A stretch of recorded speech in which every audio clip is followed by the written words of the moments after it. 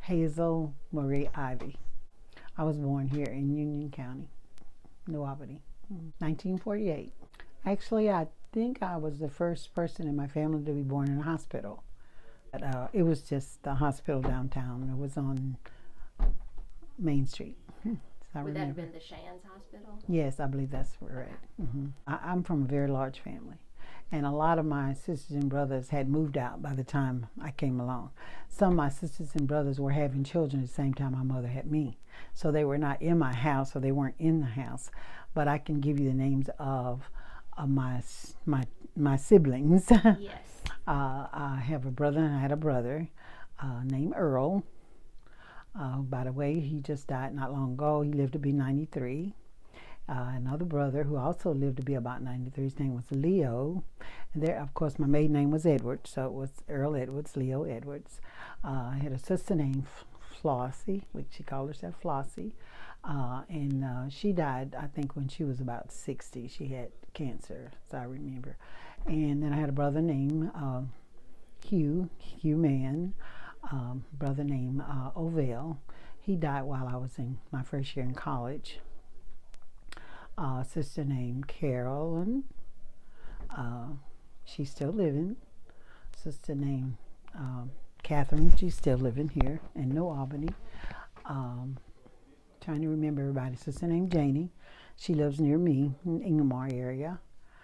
Patricia lives in my family home, my mother's home, our family home, and my sister named Dorothy, who lives in Columbus, and that was it. Now, when I grew up, the ones that I remember living there was Janie, Patricia, Dorothy, and myself, and my sister Catherine.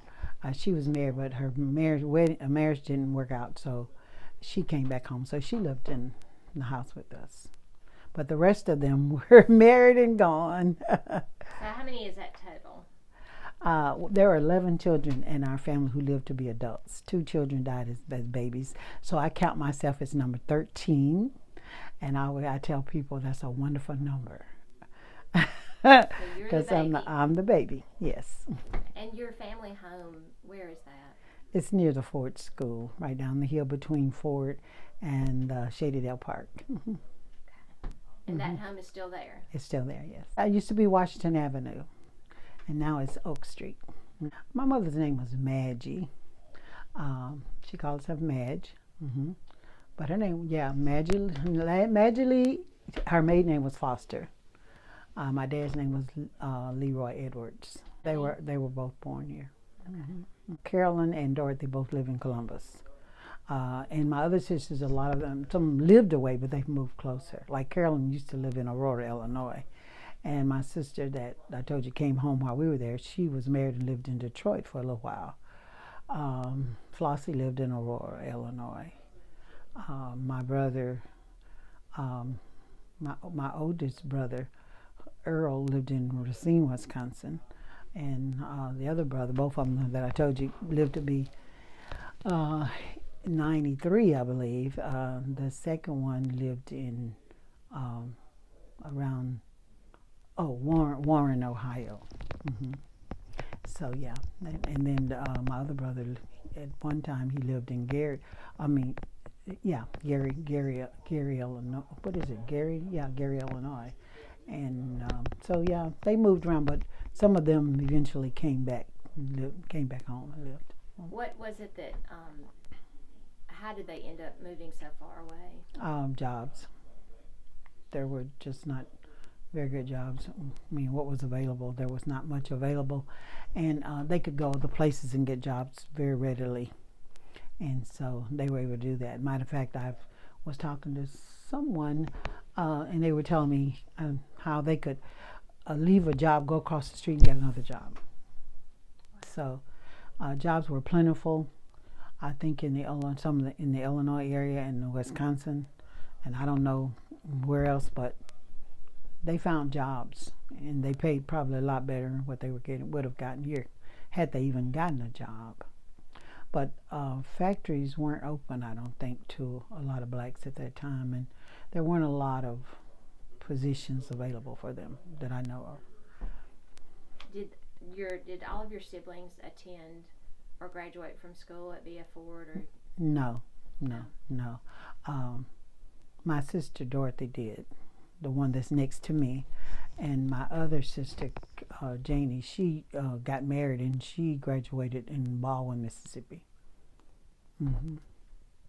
But yeah, my sisters worked really, really hard growing up, and they worked the fields a lot, and they were glad to be able to get away. And I think some of them married early for that reason, because they were probably just looking for something a little easier than being out in the hot sun in the fields and whatever.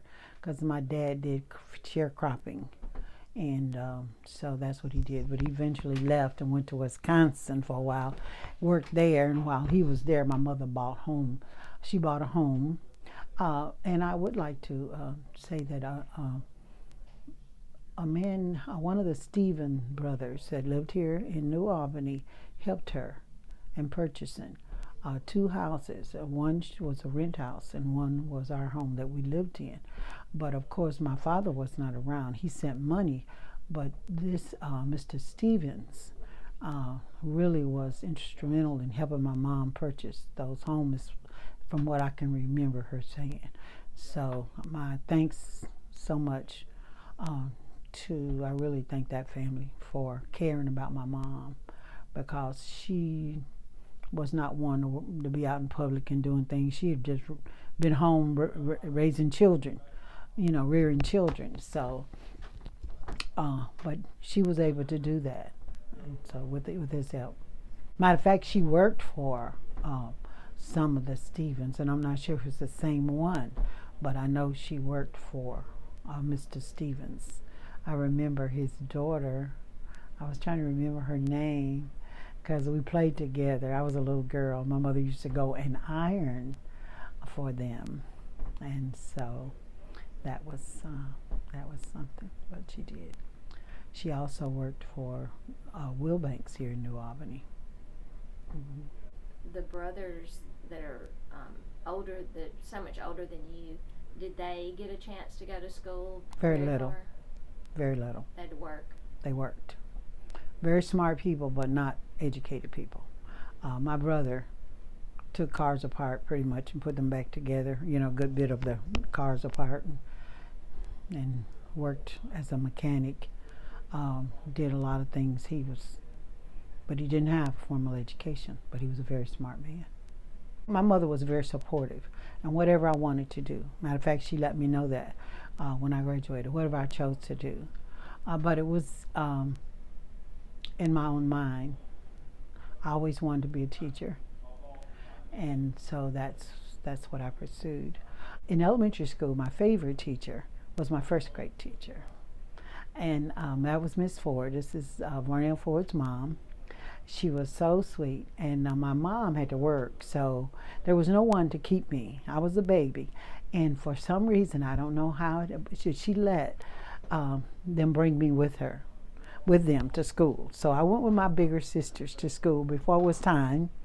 I remember we had books called Pre-Primer and Primer and all that, but she let me come, and I enjoyed that. She was so wonderful. When I remember, though, I think I was first grade, we put on a play called the Tom Thumb Wedding. The Tom Thumb Wedding. You've heard that? Well, and I was a bride, and that was so wonderful. And so my Kyla niece, she was in the wedding. We had our long dresses. My mom could sew. She was very smart, didn't have a formal education, but she could take a newspaper and cut out her own pattern, looking at the Sears catalog, and make a dress for her daughter. And so, of course, she made my wedding dress. And my sister, she could sew. I think she's probably the one made my niece's wedding dress, who was in the wedding.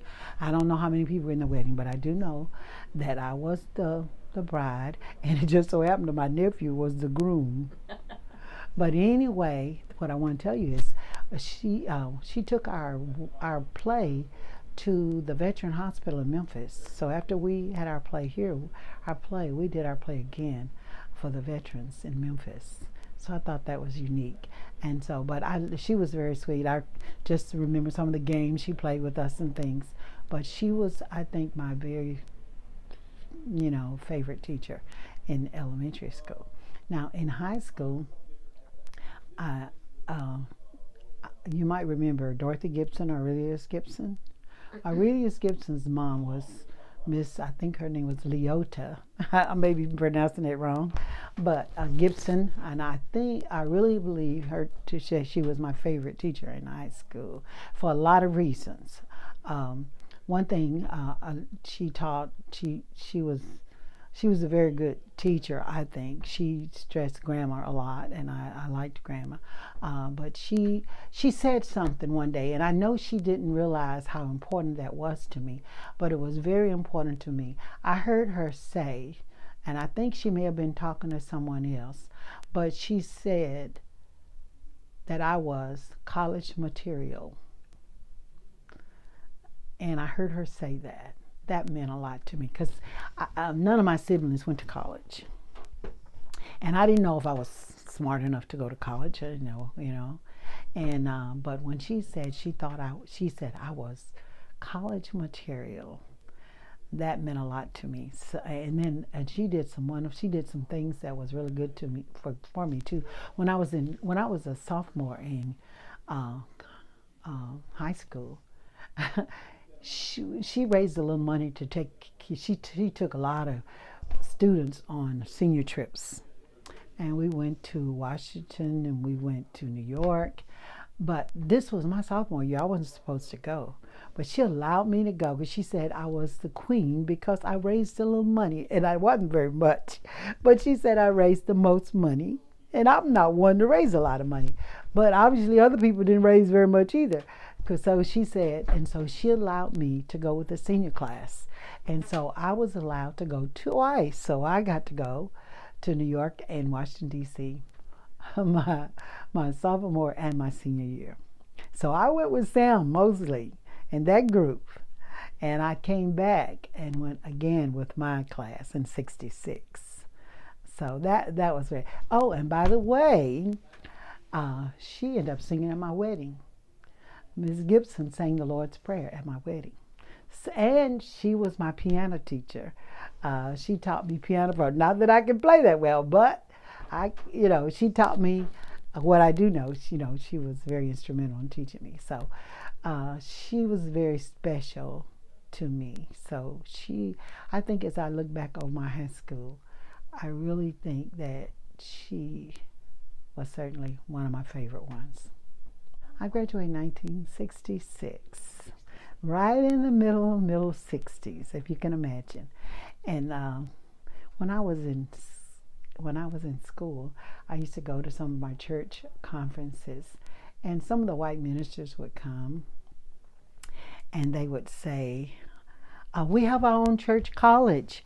Y'all should come." So I was, probably a freshman or sophomore, whatever. So I made up in my mind, yeah, I'm going to go to college at my church college, which is a Church of God, okay? And that's the name of the church I went to, that I go to still. But he said, we have a college in Cleveland, Tennessee. Oh, and by the way, Miss Gibson, my high school teacher, when we would go on one of the trips, I can't remember, I think it was probably my senior year, she let us stop in Cleveland, Tennessee, so that I could see the college on our way to New York and Washington. Now, I thought that was unique. But yes, and so when I graduated, what I didn't know, what the man didn't tell me, is that it was an all-white school, that there were no blacks living on campus. Now, my cousin went for a week, but she didn't like it. And that was a year before I went. She was a year ahead of me. So she didn't stay. But I was determined when I went, I was going to stay. But when I went, I didn't really know. But keep in mind, this was mid-60s. And so when I got there, I had a white teacher. And I don't mean that. A white roommate. I believe she was from Arkansas. And obviously somebody got a little confused I don't think they knew. Now, we had to send a picture with our application, but obviously they didn't look at my picture very closely. And so they put me in the room with this girl from Arkansas. And later on, I got a letter. I got a letter from the Dean of Women saying to come and see me. And so when I went to see the Dean of Women, she let me know that they had been talking to Mary, who's my roommate, and said they had told her that one of us would need to move out of the room because she felt like that Mary's father, which was my white roommate, that he would be upset if he found out she had a black roommate. So to keep from any problems, she asked Mary to move. They didn't ask me at first, but when she called me in, she said, we asked Mary to move, but Mary's such a good girl. Said she's such a good girl. She didn't want to hurt your feelings, so she wouldn't move. And that hurt my feelings, really, because I'm thinking I thought she liked being with me. I didn't want her to be with me just because she's afraid to hurt my feelings. I want her to be there because she wanted to be there. And it kind of hit me the wrong way, but and so the tears started falling, and I cried, and the lady gave me, the Kleenex or whatever. But I listened, and I went home, and I packed Mary up. I did, and when she came, I said, Mary, you don't have to stay here just to keep from hurting my feelings. It's okay. You can go. And so she moved next door. We had a wall between us, and all was well, according to the school, I guess. We were probably the only two people there with our own room, but we had a room by ourselves. So that was my freshman year at Lee College. It's now Lee University. It's in Cleveland, Tennessee. But I stayed there my 4 years, and I graduated in 1970 from Lee. But yes, and we continue to be friends. But but my feelings were a little hurt because I don't know, I guess. But what she said when I told her that, she said, "Well, Hazel," she said, "I think my dad will be all right." She said because I've learned to love you. And I thought, well, at least I think she's been honest. And so that's how it went. So there were two other blacks there at the college, but they commuted. And one of them had a nervous breakdown his freshman year, so he didn't finish the year out. And the other one, Deborah, lived there. So as far as I know, I was the only black living on the campus. And no one came that year. And so I was there the whole year. But no other black came to live on campus. Now, there were some black foreigners, but no black Americans living on campus that I know of. There were some from England, and there were some from Africa and Trinidad. And I went to this church. I went to different churches. I went to white churches, but I also went to this black church, and it had a white minister. And I think he was going to Lee too, maybe, or something, because we would sit in the canteen, and he would tell me, he said, he said, I heard someone say, where are they going to put her? I thought it was funny. We laughed. So, but they didn't put me under the floor or nothing. I had my own room. Did any other black students? The second year, some came. Okay. I think 4 came the first, maybe the second year, and then a few more came, and so. Did they put all of the black kids together? No. Well. For roommates? They didn't have white roommates normally. Now, when my junior year, I had a white roommate from South Carolina, Diane Fulcher, and we had a wonderful time. And she had 2 other friends that became my friends. So yes, I did have another white roommate my junior year. What did you do your sophomore year? Did you have a roommate? I had a roommate.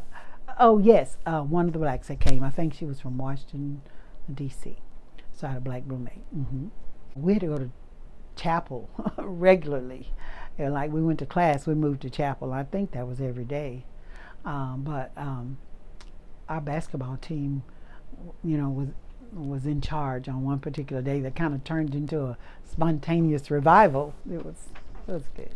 I remember on one particular occasion I had gotten my tray. This is my fresh year, and I'm new, and I'm missing home, but I'm knowing I'm not going back. I mean, I'm not gonna get scared and go back home or whatever.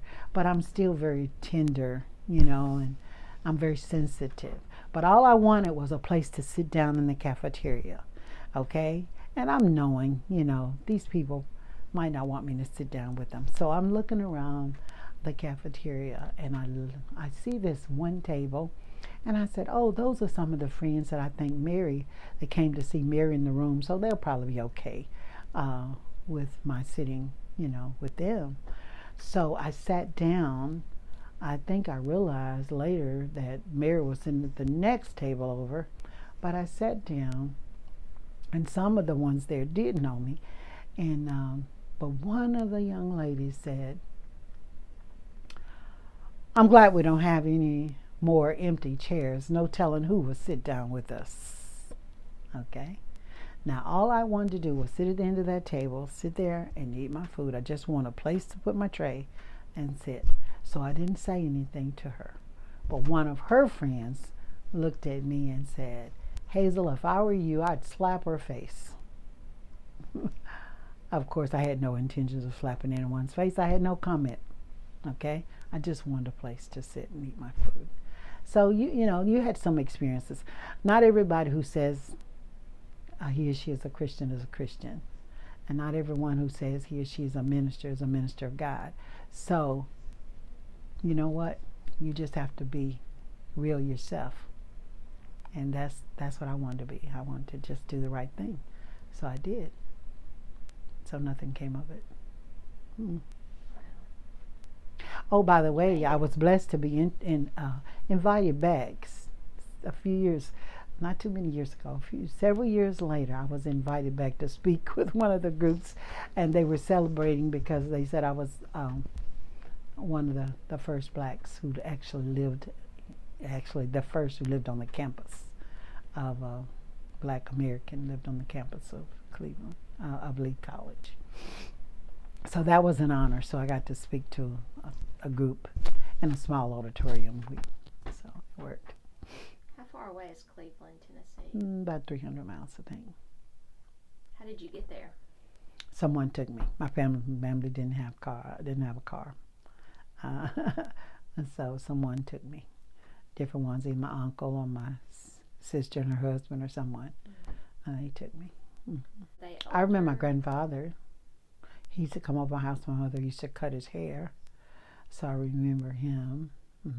I don't remember. My mother's mother passed away when she was 8 years old, I believe. So, of course, didn't know her. I knew a step-grandmother. We called her Monsibi. That's what we called her. But no, he married 3 times. That was his last wife. But yeah, I didn't know my grandparents very well, and I didn't know my father's mother or father. I didn't know them. They had passed on. My husband, his family had the cab business in New Albany, and it was a big business. They had several cars, so they had several drivers, and it was downtown near the railroad, close to where the bus station and the train station were there, close together, so near each other. So my husband worked a lot with his father there, but his father and his siblings worked a lot. They had a little restaurant there with the bus station, so it was pretty big business back in that day. And then near him, Ms. Gibson's husband had a barbershop, and there was some another restaurant there. And I was young, so I didn't really visit those places that much at that time. I didn't visit them. I never remember going to any of those places across the tracks, as you might say. My husband spent a lot of time there, from the time he was a little boy till the time he started driving cab. I remember one that we called Boo's Store, and I remember one that the Hills had. She had a store there on Oak Street, Back in those days, at Christmas time, like at this time right now, kids got bikes for Christmas. Now I don't think too many kids care about getting bikes, but back then that was a big thing. We did a lot of walking. My mother was an older person, and she was overweight, but she walked to town to work um, almost every day during the week, and sometimes more than once. But she walked, and so walking was the thing that we did. Where did you grow up going to church? A little church now near my home. I walk to church and walk back. It's right near the fort, right across from the side of the Ford School. That's where my church was. What was it called? Church of God. Reeve Street Church of God is on Reeve Street. Is it still there? No, we actually moved to out at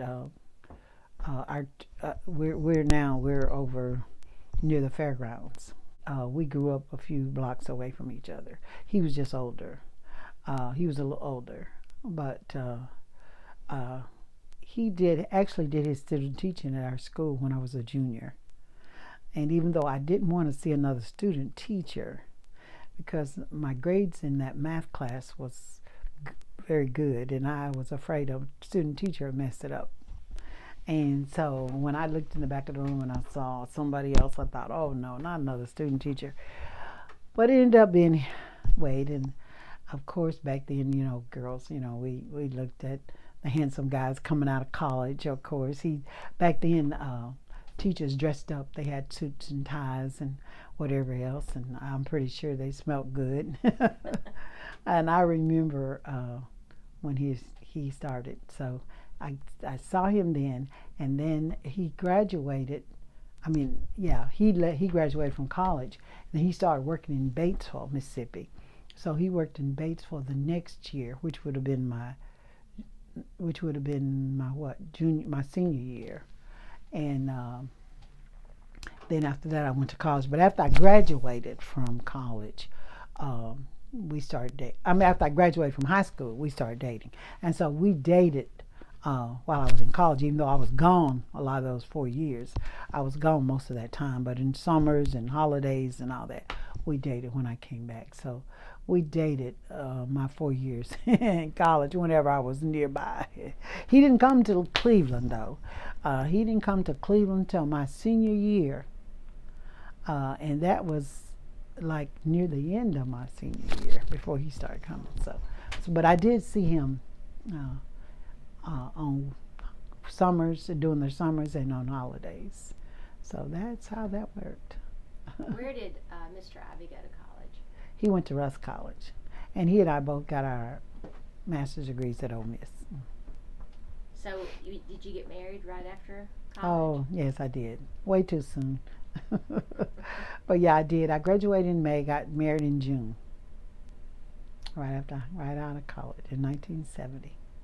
So I graduated with a degree in business education, and so when I was doing my student teaching, they offered me a job where I was doing my student teaching, which was a high school. And then they learned that I was engaged to a guy who was a math teacher, and they needed a math teacher. Now, I don't really think they needed me because they already had 4 business teachers. I don't really think they needed me. I think they wanted me because they probably needed a black teacher because I don't think there were any blacks. And so they offered me a job. But then when they found out I was getting married to a math teacher who had been teaching math, they said, if you can get him to come for an interview, if you can get him to come. So I took him. He went for the interview. And so they promised us, if y'all will stay with us, we will make sure both of you have jobs. So my first job was in Cleveland, Tennessee. And so they said, oh, we'll make sure you get a job in the city. We'll make sure you get a job. And we'll make sure you both have jobs. But they had a rule that a husband and wife couldn't teach in the same school. So they gave me a job in the city school district as a 6th grade teacher, believe it or not. And so my first year I taught 6th grade, and I liked English. And this guy who was teaching 6th grade, he liked social studies. So we made a deal. I said, I'll teach her English, you teach my social studies. And so that's what we did. So, so I taught sixth grade that year. And the next year, while I was away on vacation, I got a call or letter or something from the teachers that I had done student teaching with. And they said, Hazel, there's the new school that just been built. And they had a business, typing. They needed a typing teacher. Well, they had already found one, and there was only that one business teacher in the new school they were building. And so, of course, I didn't apply for that job. But they let me know. Said, oh, that teacher is leaving. Said she's not gonna get the job. Her husband's job is moving her somewhere else. And so that job is open again. You should apply for the job at the new middle school as the typing teacher. And I thought, oh, and they said, oh, a lot of people are applying for that job, but you should apply, So while I was away, I applied for the job because they insisted I apply. And before the summer was over, I learned I got the job. So I taught business. I taught typing my second year at a brand new middle school. It was wonderful. I enjoyed it. It was so funny. They didn't believe in study halls. So they had what they call this period they called, you could do mini classes. They called it mini classes, a little short class. They told the teachers, you can just teach anything you want to during that time. Just whatever's fun to you. Like you could do flower arrangements or you could do this or that. Well, being the serious person I was at that time, I thought, oh, I'm going to be helpful. I'm going to teach a class on how to study. Can you imagine how kids wanted a class on how to study? Well, I learned from that, I guess. And the next time, when we changed again, I guess it was the next semester or whatever, I thought, okay, I love playing table tennis. So I'm going to teach table tennis. It's going to be my mini class. And so, boy, did I have fun. They had a little room with 2 tables, and we had fun. So it was my mini class. But then the next year, before the next year came, we had calls from Mississippi, New Albany, saying, if both of you will come back home to New Albany, we'll make sure both of you have jobs. Because when we left, after I graduated, there were no jobs available for both of us. And there was not a job in Batesville where Wade was working. And there was not a job in New Albany. And we had both had jobs available for us in Tennessee. So we moved to Tennessee. But then after those 2 years, we moved back. And so that's when I started working in New Albany. And I chose to be the social worker for the early childhood school. And it was Early Childhood Education Center. Pam Whittington was the principal. And so that's where I worked. And I worked there for I think it was about 4 years maybe. And part of that time, though, the last year I worked there, they made me a teacher. And I was a teacher for 4-year-olds, and that was wonderful. I enjoyed that. I had some sweet kids, but I was always, like I was with my kids, I'm a no-nonsense kind of person. And so I had 25 kids that I had to discipline. And so I disciplined them. I didn't abuse anyone, but they listened to me. We had fun, we sang, we did a lot of stuff, and it worked out really well. But when I got a chance to move from there, because my major was secondary, but although I enjoyed the babies, they were fun, and sometimes I get to see parents of some of the ones that I taught when they were 4, and they were so sweet. But I went to the high school. And so most of my time was at the high school. So I think I was at the high school for over 25 years. But at first, I was social worker and then teacher for 4-year-olds, and then I went to the high school and taught special education.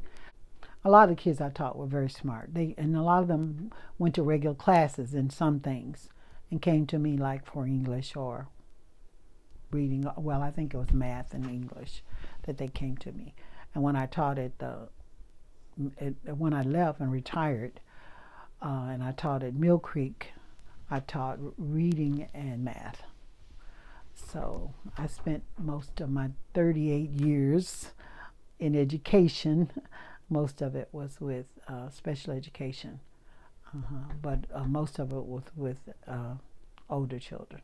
So secondary, I was comfortable with secondary, but I had good classes. I mean, kids respected me, and I think they did because they knew I loved them. Even if I disciplined them, I loved them, and I think they knew that. And that's what I tell people: kids know you love them. You can discipline them, but they need to know you love them, and I do, and I still love even those that gave me trouble. I love them. I love them, and I wanted them all to do well. And I think that was probably my calling, if I have a calling, because even when I was a little girl, I would teach the little boy next door. I'd be in the backyard. My mother would look out, and I'd be just crying and trying to teach this little boy. And my mother would say, "Well, Hazel, maybe he can't learn that." And I'd say, "Oh, yes, he can." And I would just, so I think that it was in me to try to help kids that maybe had problems learning with someone, to be able to make things simple enough where they can understand, and maybe. And so that I enjoyed teaching children that with special learning problems. When we came here, he worked at the high school. He was the math teacher, and he was the math teacher and assistant principal for some years, and then he was offered the job as principal at the middle school. And he was there, I think, somewhere from 1988, somewhere in that area, to around 2000. So he was there for several years, somewhere around probably close to 13 years. He was the principal at the middle school. Was he ever the principal of his own children? Yes. And what I told my children, I remember telling Trey, "Honey, you better walk the line because your daddy will make an example out of you." And so I don't think it was enjoyable for them, but so much. But they did well. They did well. Mm-hmm. All four of my kids got their undergraduate degree at Grambling State University. They were in programs that set up internships for them, and so they worked internships in those programs that they were in. I believe helped to train them to get ready for graduate school, and so they did that. They did Allison did an internship at Meharry Medical School, which she ended up getting her doctorate from years later. She also did an internship in, I think it was in Colorado, that she, and so she got all this wonderful experience. They were all biology majors to start out. Trey he had an internship one time at Johns Hopkins University. I remember Andre had an internship in Boston at one time, as I remember. Kristen had internships also in Massachusetts, I think, and they had some wonderful internships at different places, which helped them. And so when they applied to grad school, of course, they had some wonderful things on their resume. So they didn't, when they were in college, because they were in these programs, they weren't allowed to work at McDonald's or anywhere or that. Because they had difficult majors in college, they were expected to study and do well, because they were preparing them for grad school. And so they all went to grad school. So when when Allison graduated, she went to Meharry Medical School and graduated. She graduated in physiology and anatomy and physiology, as I remember. And Trey graduated. He went to Michigan first. He got a master's in Michigan, but then he went to Chicago, the University of Illinois in Chicago, and got a doctorate in epidemiology. And Andre went to St. Louis University, and he got his master's degree in epidemiology, I believe. And then Alice Kristen, she also went to the University of Illinois, but she went just straight from Grambling on. And now she did go to Freed Hardeman for a year, and then she went to Grambling. But after she graduated at Grambling, she went to Chicago too. So she was accepted in her program, and so she was there for 6 years. And she graduated in biochemistry in what? Trying to remember, but I know it was biochemistry was one. I was trying to remember what else, but that's right. And so now Allison has moved up the ladder. She started as a medical science liaison in a pharmaceutical company, but now she is a senior director in a pharmaceutical company, and her company is just they've been bought out by Johnson & Johnson. Trace working at the Center for Disease Control, where he's been for several years. So after he got his doctorate, that's where he went to work. Andre he worked some in Atlanta, and he actually worked at Atlanta at the Center for Disease Control for a while, and then he moved on to other places. Now he's in Texas, and he's working in public health. And so Kristen, she's a medical science liaison for a pharmaceutical company in Florida. And so she has covered several states. They both have, Kristen and Allison, in their work, they have covered several states in their field. But they're doing quite well. So I thank God for that. God was so good to me. I have to say God was so good to me, because I remember thinking I have 4 children and I want all my kids to go to college, and I don't have that kind of money laid aside. We didn't have savings accounts and money laid up. But I said, Lord, I want all my kids to go to college. And he made a way. Not only did they get their undergrad degrees, they got their graduate degrees. And they weren't in a whole lot of debt when they came out. My husband and I neither signed any loans for our children that we had to pay back for them after they graduated. We didn't. Whatever loans they decided they wanted to get. Now, and this is another thing Grambling did for them. While they were their junior and senior years at Grambling, they were given stipends that paid them long as they kept their grades up. And so they could use that money to help pay off their school, their tuition, or if scholarships already paid that off, then that money went in their pocket. And so we put them in. We pushed them a lot, but my kids were very self-motivated. But we pushed them when Kristen went to Grambling. We put her in a dorm, which was very few students, very nice dorm, very nice. But it only housed maybe 40, 45 girls or something. And you had to have a 3.5, I think it is, to stay there. And they told us if you have a 3.49999, you get kicked out. But anyway, she never got kicked out. I don't know if that was true or not, but she did. And both Allison but Kristen stayed in that same dorm, I think, when she came. So we wanted to make sure. We didn't want them in high rises. And in college, I think that's anywhere. You have a group who go there for one thing. You have a group who go there for other things. And so we wanted our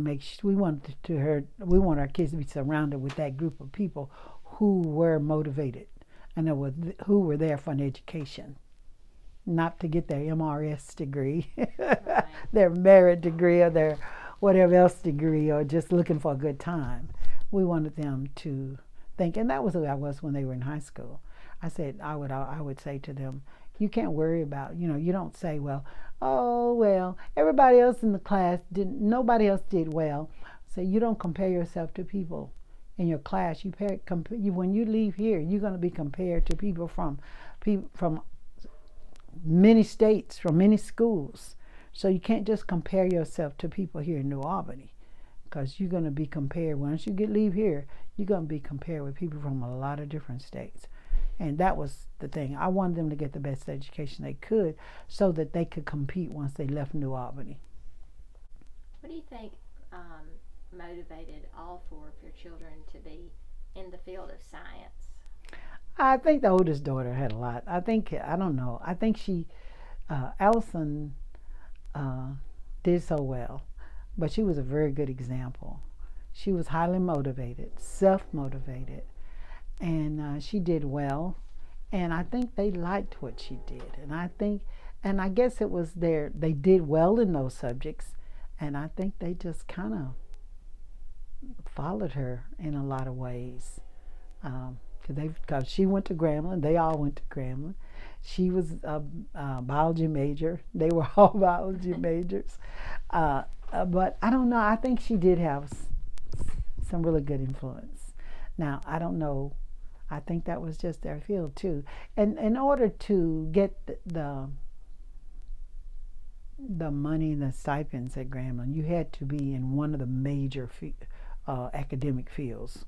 So there were about 5 different fields that you could be in, but biology was one of those, and I guess that's the one they liked. I don't know, but Allison she just loved it. Even in high school, I remember when she had her day that she could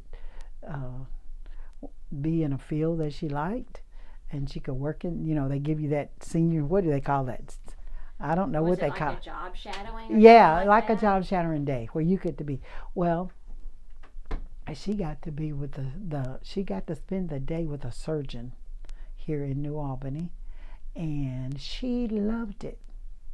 She loved it. She said she hated when was the last patient, so she got to actually be in the surgery, be with them, and she was with Dr. Bramlett. I don't know, you wouldn't know him, but she was with him, as I remember, and she loved every minute of it. And so when she went to Meharry Medical School, she wanted today when they get to work with the cadavers or whatever, I'm going, wow. But when she was in middle school, I remember they were doing something in their science class, and they were told they needed a cow brain and a pig brain. And she came over, she said she needed a cow brain and a pig brain. And I remember going to this grocery store, and just so happened this guy had come from the slaughterhouse, and he heard me. He said, "Oh, I'll get that child a pig brain and a cow brain." And I thought, oh, wonderful. So he brought it all packaged up, and he had it all had them both all taped up and everything. And it was so wonderful, I didn't have to see it. And I remember I told Allison, I said, "Oh, just take it on back in your room." And she said, "Well, Mama, I have to open up and make sure all the parts are there." I thought, well, go in your room and do that, Allison. So she was like that, and even when she was in Meharry Medical School, she loved it when they cut the dogs, and when they actually took hearts out and kept those hearts beating and put them in special solutions and all that. Oh, she her partner, she would get upset with him because she said, "Oh, you're not doing it right. You'd kill somebody." So but that was her. She loved it. But she loved it, and so it was just who she is. She has that. She didn't get it from me, but I think she's in the right field, the medical field. Even though she's working for pharmaceutical company, but she's in the right field, and she's done really well in that field. I get to visit Ruby Robinson. Sometimes I get to visit her. I don't get to visit them, a lot of them, but we're still close. One of my best friends was Grace Wade. I believe her last name is Suber. But anyway, Grace was a very close friend of mine, but she doesn't live here. I think she lives in North Carolina. Anyway, but we still consider ourselves close. We call ourselves a class of 66, and we think we're a special group. And so we love each other, and some of them have gotten to visit, with each other a little more than I have. But my classmates are very special to me. Yes, and there are a lot of them are still here in New Albany. They're very special to me. Yes. Do you have class reunions? We used to. more than we are when, we haven't so much lately. But we have in years past. We've had some very good reunions. But yes, I think we're a special group. I do. I think we're a special group, and I think my classmates did well. There's some good people, wonderful people in class of '66. The first basketball team that I remember was the Sam and Bob and Booker, and I'm trying to remember some of the ones on that team. I know some others are just not coming to my mind right now. Sloan. But anyway, that was the first basketball team that I remember at that gym. Mm-hmm. Did you play any sports, or were you a cheerleader? No, didn't have enough self-confidence to play sports. I've always felt like I'd make a fool of myself. But we didn't have there was no such thing as a girls' basketball team or anything like that when I was in school. Now, we used to have something that I thought was very special. We used to have something called May Day, and that was before the schools consolidated. And the county schools would come to the city school, and we'd all be together for that day, and we'd have competitions, and they do sports things. And I did get bold enough to be in a walking contest, and I could walk really fast, but I got a little too sure of myself. Right at the finish line, I was ahead, and I knew I was ahead, I thought. But right at the finish line, the little girl passed me right at the finish line, and so she came in first. I came in second. So no, I wasn't an athlete. I don't think I had enough self-confidence to be an athlete back in those days. My Grace, that I told you was one of my best friends, we were pen pals before we ever knew each other. She lived in the county, and I lived in New Albany. She went to a county school. I went to New Albany.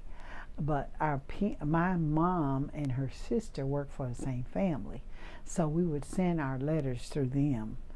And so I would send, to write to her, and she'd write back to me. And I had never seen her, and she had not seen me. I don't know how that started, but we became pen pals. And then I remember the first time I saw her was at a church program. It was her sisters were singing at my church, and she was there. And so we got to meet each other. And then when she started school at the middle school, at the high school, city school, when she started coming to the city school, we became very good friends. And we were good friends all the way through high school. We still are good friends. She did really well after high school and just got a wonderful job, just did really well. She got a job, I think, that a lot of black women never had before, and made some really good money. And she worked in Detroit, Michigan. She still gets a new Lincoln, I think, every year, or a new car every year for the rest of her life, I think. Wow. And yeah, she had a fantastic job. Mm-hmm. Going from all black to almost all white school, it creates extra pressure when you have to do oral presentations and things of that nature. But hey, God was there with me. He took care of me, and I thank God. I just thank God for it. I look back at some of the things the thing about Ford School is we had discipline. It was you didn't do any and everything, get away with it. There was discipline. So that was good. I think that's something that the teachers had high expectations. They did. And parents, I think the majority, you're always going to have some parents that may not support teachers, but I think a lot of the parents did. And like with my kids, I always wanted the teachers, regardless of whether their dad is the principal or not, I want to know that my kids are behaving, and I'm going to, and my kids knew I'm going to support the teacher. If the teacher is right, I'm not going to support my kids in the wrong. And I think a lot of parents probably felt that way, So I think when kids know that from beginning, and they know that the teacher and the mom and the dad are expecting the best out of you, and they work together, I think that you have less trouble with children.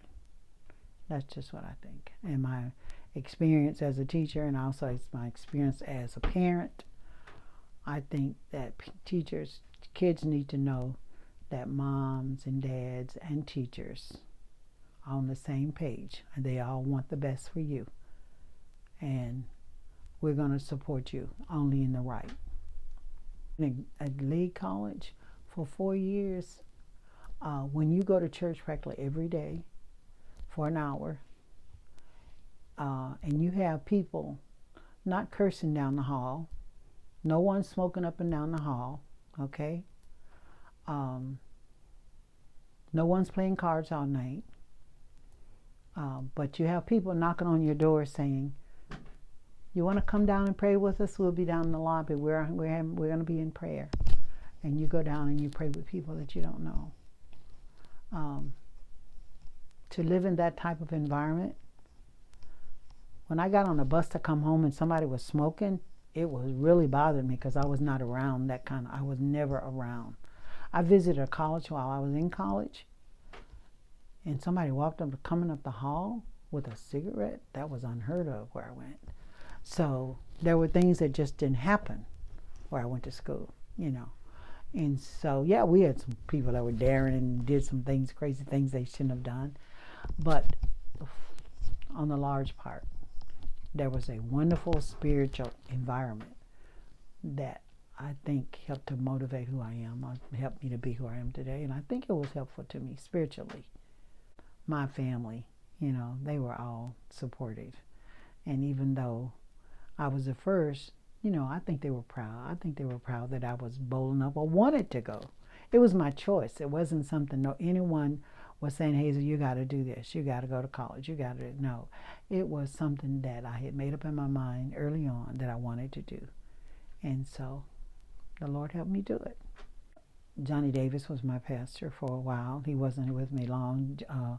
Then Paul Bell was my pastor for a very long time, and growing up. So that was really good. But I think he was very encouraging. Both of my parents were somewhere in the neighborhood, 88, 89, somewhere in there when they passed away. I'm sure there was pressure on them not to act out and say things. Even if they felt it, they didn't voice it. Not normally. Yeah. We know there were a few that may have, but normally, you know, I didn't have it wasn't as bad as it could have been. And it wasn't, to me, it wasn't that bad, even though I did experience some things. And I didn't feel like one of the crowd all the time. And I felt like I was, pretty much by myself, but I was there for a reason. Okay? I wasn't there just to be your friend. I mean, that was a bonus if I got to be your friend. But I was there for an education. It was something I wanted. I got to come home once in the fall, Christmas, once in the spring when school was out. That was it. My first year, that was all I got to come home. Was it hard to go back? Yes. When I would time? get on the bus, and I had problems with motion sickness, and when I would get on that bus, and I'm knowing I got to go about 300 miles, and back then the bus stopped at all these little towns. So it would take you about all day long to get the 300 miles, okay? Well, when I would get on that bus, I would step on that bus and the tears would fall. And even though I knew I was going and I knew I had to go, everything I loved was back home. People I knew and loved were back home. But I still got on the bus. And sometimes when I arrived in Cleveland was at night, I got out at the bus station. The bus station was closed. Nobody there. It's dark. You don't have a car. No one. And I had to get on a payphone, call someone to come get me. So I had to stand there in the dark, whatever, wait on someone to come and get me. But thank God, God took care of me. Who would come get you? I don't even remember. I really don't. I don't know how I got back to the college. But there was this one guy at church that used to be really good to help us out. He could have been the one I called. Um, he used to pick us up from church and pick us up from college and take us to church on Sunday. He was a veteran, a young man that was very faithful to church, and he used to pick us up. Now, I could have called him. His name was Nick. That could have been who I called. I don't know. But sadly, after I was back home, after I graduated, a few years later, I got a letter from his brother, the same one that I told you when he was a freshman had a nervous breakdown. He wrote me a letter and told me that Nick, the one that we depended on so much, that picked me up. Because I remember one night I was on a date and the guy didn't act appropriately, that I didn't think he acted appropriately. So I got out and went to Nick and said, Nick, take me home. It was near where I could walk to Nick's house. So he was like my big brother in college. So it could have been that I called Nick to pick me up at the bus station. I don't know. But I did call someone, and someone picked me up and took me to the college. I wish I knew who, because I don't know who picked me up.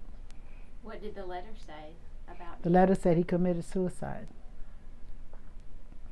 So now that really hurt, because Nick was the one that, I don't know if it was something that happened while he was in the service or what that drove him to it. I don't know. But the brother that had the nervous breakdown is the one that called me and said his brother had committed suicide. Two of them. They were brothers. They used to go to church until his brother had the nervous breakdown, and then he left and we didn't see him for several years. But Nick was there. He was the one picking us up from college, taking us to church. It was so shocking to hear that Nick, my Nick, my friend. Yeah. Well, I thought it was wonderful being the youngest in a large family, because I could just go visit my brothers and my sisters and their children. And I thought, wow, I'm going to have me a lot of kids when I get married, because this is fun. But I didn't see the other side of it. And then as I got a little older, I said, first I said, I'm going to have 8 children. That's the way I remember. I got a little older and said, no, I'm going to have 4 children. Got a little older, so I'm going to have 2 children. And I had Allison. I had to have some stitches and a bunch of stuff. I thought 1 is good. But I ended up having 4 wonderful children, and God's been really good to all of them and been good to us. And so I thank God for each one of them. Each one is special in his or her own way. If they didn't call me Mama, I was upset. Because Trey sometimes, my kids would say that I didn't answer unless they called me Miss Ivey, because it's like my kids at school were calling me, and sometimes they'd say Miss Ivey. And Trey got this thing for a while, and he would call me Miss Ivey, and I said, don't call me Miss Ivey. It's like you don't, to me, that didn't sound like love to me. I want him to call me Mama. So he calls me Mama. I can't imagine having that many brothers and sisters and being the baby. It's wonderful when you're the baby. Oh, I'm sure I did. I didn't work in the fields. And sometimes when they didn't get to go to school, when school started all the time. And so they had to work those fields until the work was done. And so I had opportunities they never had. That doesn't have anything to do with capability, as to do with opportunity. And so that's the way it was. So yeah, I had it a lot better. I could walk to school and I never had to work the field unless I wanted to. Of course, I tried it a few times. My mother said, you don't know what you're doing. I said, oh, but I do know. I've been out there with some of my relatives and I know how to hoe that cotton. I'm going to make me a little money, right? Oh, that was a mistake. Man took us in Low Park. It was wet. And man, I was trying to clean my shoes and clean the hole. I was behind everybody. Just so happened a boyfriend was on that truck that day. And he got way ahead of everybody and came back. Took my line, which put me way ahead of everybody. And then I got behind again. But the man let us go home at lunch. Boy, was I glad. You didn't go back. No. Mama didn't have to tell me anymore. And I tried picking cotton. I did go one time. I remember my classmate, she laughs at me because she knew how to pick cotton. She could do it really well. And I thought, she's so, she was pretty and feminine and all that. And I'm thinking, hey, if she can pick 200 pounds, I should be able to pick some. I'm going to do what she does. I'm going to try to do what she does. She got on that road and she had 2 rows and she was going and I couldn't come close. But I picked more that day than I'd ever picked. I almost picked 100 pounds in a full day. But the man that hired us, I guess he felt sorry for me and saw how serious I was. He would come by and pick a little, put it in my bag. But it was wonderful. It was fun. It was a learning experience. But no, I didn't have to do what my sisters and brothers did. I did it because I wanted to, although my mother tried to tell me I didn't know what I was doing a lot of times. But she let me go out there and find out. See for yourself. Yeah, so that was it. We didn't, that was just a way to try to make a little money, So it was fun. It was a learning experience.